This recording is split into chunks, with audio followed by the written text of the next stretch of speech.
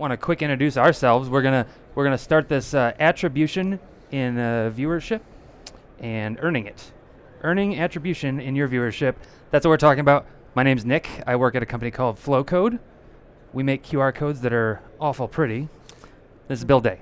My name is Bill Day. I work at a company called Maggot, and we do consumer research to understand the way people feel about the world around them and then help you figure out what to do about it afterwards.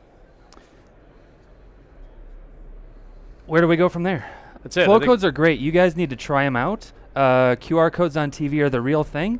And I will take questions from the audience. Actually, if we do have questions, you can interject at any point because this is a relatively informal thing.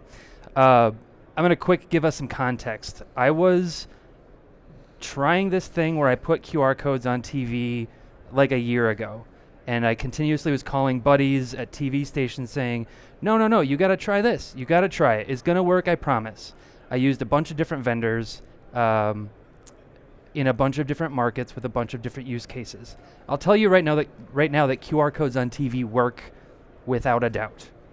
And then it's a matter of what QR code are you going to use.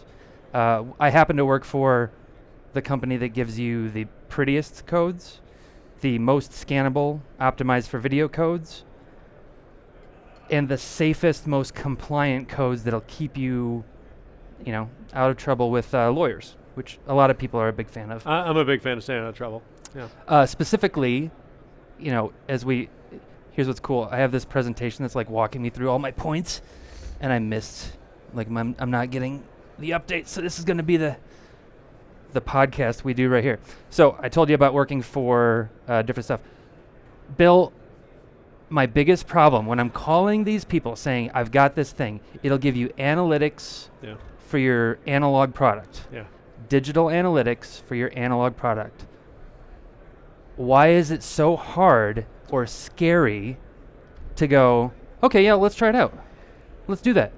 So I think we're starting with a place that says the things that have made us successful and brought us to where we are aren't necessarily the things that are going to get us to where we're going to go. And so anytime you introduce something new, like QR codes, into an established environment, an environment that's used to having 1-800 numbers for reporting or Nielsen data to tell me who watched whatever showed up on my television screen, or let's get crazy and I've got a URL that I'm trying to direct people to. Getting them to change that behavior is scary, it's uncomfortable, and they don't know who's in charge of making those changes. So that's often the challenge for any industry, but particularly for broadcasters. Figuring out who owns this space is tricky. You are one of the people I called. Yeah. You said, you know what, I think you're right, that might work. And we talked about it over time. Yeah. I said, hey, it's working. Look at the analytics I've got from Milwaukee, McAllen, Monterey, other cities with M words. Where can we use this? How can we do it? You said, well, let me go drum up research and figure out what people are actually thinking about it. You guys don't measure results, you measure emotions. Yeah, I mean, I often say we don't live in the real world. We live inside people's heads, the way they feel about the world around them. And as this conversation has bubbled up, we wanted to understand, how do people feel about QR codes? Were they aware of them? Did they see value in them? Did they know what they were and that they know what the use case was? And so we did research about a month and a half ago, right after the Super Bowl, and found some things that weren't terribly surprising, which is that the pandemic changed things. That consumers who hadn't interacted with QR codes, who had ignored them or thought that they weren't for me, were forced to interact with them at some point during the pandemic. About 70% of the consumers in our study told us that they used a QR code over the course of the last year. What was interesting, though, was that there's still big white spaces, because as we poked against, well, where did you use a QR code? Only 40% of those consumers say they used it at a restaurant or bar. Only 40% of those consumers use them in places that we expected to find them. And so I think there's real opportunity for greater adoption as consumers get more and more comfortable with QR codes. And I think the big example, I mean, obviously the the place where you and I started getting excited and talking about this, and where I think it really kind of popped to the public consciousness, was in the Super Bowl, the Coinbase ad that ran. And so we immediately dropped research into the field, and we learned 3 things that I think are particularly interesting. The first is people watch the Super Bowl. That shouldn't be terribly surprising. Wait. People are watching the Super Bowl. About 80% of people in our study, 1,000 consumers in the demo, 25 to 54, no screener, said they watched the Super Bowl. But I want you to think, what's that experience like for most of you watching the Super Bowl? It's an unusual television viewing experience. It's not like your evening where you sit down with the television on. You're probably watching it with friends. You're watching it in a bar. You're watching it with people coming over. It's an unusual experience. So we thought we would see unusual patterns of behavior. Typically what you see for Super Bowl ads is that they're really good for branding, but they're not really good for activation. And it feels like the Budweiser frogs were all brand. That's exactly right. But what do I do with that information? Where do I get a Budweiser? How much does it cost? Why should I drink it, right? Yep. And so we wanted to understand in that Coinbase ad what happened. So 80% of people watched the Super Bowl. 36% of them scanned the Coinbase ad. 36% of the people watching the Super Bowl scanned the Coinbase ad. If that was a digital ad on a website, that's a 36% click-through rate. 36.5. It's pretty remarkable. I was doing the math while you were talking. It is unimaginable. Unimaginable. We then asked them, well, what did you do when you got to the Coinbase landing page, the website that they directed you to? Now, for those of you who didn't do this, they were trying to get you to buy crypto. That's not really a high salience. They weren't trying to get you to buy burgers, right? It wasn't a 2-for-1 milkshake offer. It was come buy crypto from us, a company you've never heard of, while you're hanging out, drinking beer, eating wings with your friends, watching a football game. And 24% of the folks who got to the website did. They bought crypto on that website. The next largest response group, 34% of those respondents, told us, I looked around on the website, I got a lot more information, and I moved on. In other words, they did the next best thing for an advertiser. I got information, and I made a decision that was right for me. I don't need any more burgers in my life. Thanks for offering. I get it. I know you sell burgers. I'm going to move on. It was really remarkable what we saw there from consumers in an environment where we didn't expect them to engage, how high that engagement rate was, and how deep it went down that customer journey cycle. I should mention, as I was doing the Vanna White thing, anyone here can and should scan that code. It'll get you to a place where you can look at the research Bill's talking about. We're not going to throw numbers and present to you like we're in school. We're going to let you go home and do homework if that's what you really want. So anyone here can go and scan those codes. You'll find that research. You can like me or friend me on LinkedIn. I love LinkedIn friends and messages from them and everything about LinkedIn. You can also find a link to our podcast. Flowcode has a podcast. It's called QR on TV. Trying to be very direct. It's not a name that's very sexy, but it gets the job done. QR on TV works. Megan and I host that. Megan is heading our TV division, Megan Glenn from Flowcode. This feels like that. It feels like a conversation. We've done a bunch of those conversations on the podcast, and we've had people say all the things that I mentioned at the beginning of this conversation. Well, how big does it need to be? How long does the code need to be up? It's kind of ugly. Yeah. Yeah. Like, what do I do with this? What if every spot has a code? Yeah. Wouldn't that be gross? Only for the ones you don't want to make money on. Like, put out commercials and don't put QR codes on them if you don't want to measure the effectiveness. Yeah. That was a financial institution guy. And I understand why there's a reticence to put up a big code on TV and take a gamble on it, but there's so much that you can give them on the other side of that.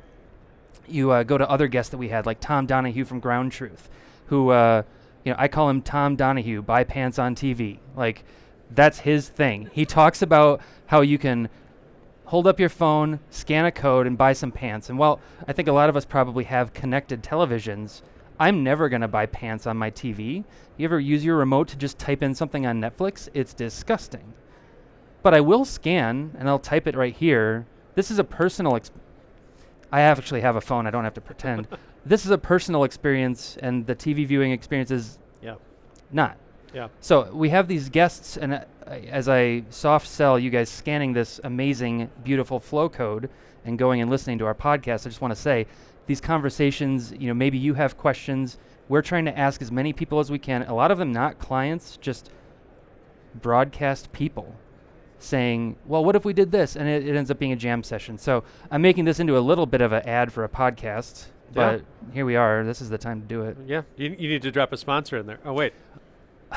I can't even think. Yeah.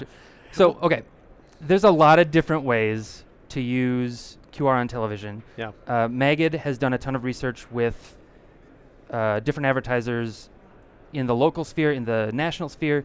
What are some of the ways you've seen people talk about that? We don't have a podcast that they can go to for you. So I think there's a couple of things. The first is we've done some initial qualitative research, and that early qualitative research tells us that flow codes are about 2.5 times more likely to drive activation than a traditional QR code. So the design of the flow code, the safety that's built into it, and the fact that you know where you're going as you scan that flow code seems to be engendering consumer trust at a higher level. When we add that to some of the other data we're seeing in that space, it's clear that there are spaces in the current television landscape that could benefit from deeper engagement from consumers and making the path between what you want them to do and how they do it easier. So let's run through some easy examples. Your AC breaks, your drains are clogged, your gutters don't work, you were in a car accident last week. Anybody ever seen an ad for any of those things? Any of you work at a television station that pays the bills because of ads for those things? At some point, they're going to ask you to call an 800 number, go to a URL, or text for more information. The QR code is a better way of getting them to engage. It reduces that friction, gives the consumer exactly what they want. They want to engage with that advertiser to get the thing that they're looking for. I think if we think about the content side and the marketing side of broadcasters, we should be taking our own medicine there as well. And so if we want them to interact with us on screen, if you want them to download your app, if you want them to upload pictures of the storm that blew through, all of those are more user-friendly for the consumer than directing them to another feed, whether that's one of your social places, whether it's find your Twitter handle, or whether that's look you up on the World Wide Web. Those are all harder than simply picking up my camera, which I likely have in my hand already, scanning my screen, and letting the app do all the work for me. It becomes a portal into a digital, realm that you get to build for them. And if you want to capture and keep their attention, you can give them things. You have to earn their viewership and attribution, though. You have to give them a reason that they would want to scan. Just having a code there, actually, just having a code does make it more likely that you get someone to scan it just because it's there and people have a curiosity. Coinbase, there was no understanding of what you were doing. It was just a code and we scanned it. Yeah. But if you tell people you get value from this, jump on in. I mean, it's like having a phone number on your ad, right? It's a good start. It's better than not having a phone number on your ad, but you should probably tell them why they should call. You should probably give them a reason to engage with you. You should make it very clear what you want them to do. So scan here to set an appointment. Scan here for a discount. Scan here to get engaged with whatever is coming next. And I think that's the piece there that we're going to keep poking against, right? Yeah. What are those strong activation pieces? So I don't know. As we wrap up here, because I'm getting the sign that time's almost up, we're happy to stick around if anyone does have questions. The thing I would say is, this isn't algorithms. This isn't lookalike markets. This isn't dish and satellite and cable combined to build our audience. This is humans. I think there's this saying that we've had at our company for a while. You can't accidentally scan a flow code. Only humans can do it.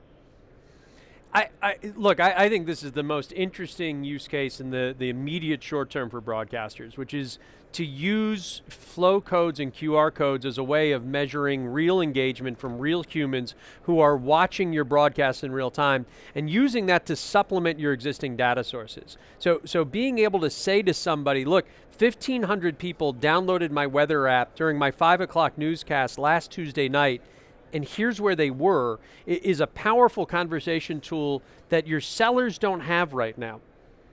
Because when your sellers walk in to talk to the plumber or the car dealer, they're walking in oftentimes disadvantaged relative to your digital competition. And so having that ability is really powerful. I guess, we can leave it at Flowcode is going to keep doing QR codes on TV. We invited our competitors' television departments here, but they don't exist, so they're not sitting in these chairs. We're the only people providing QR codes specifically optimized for television. I've been Nick, this is Bill. Tip your waitress.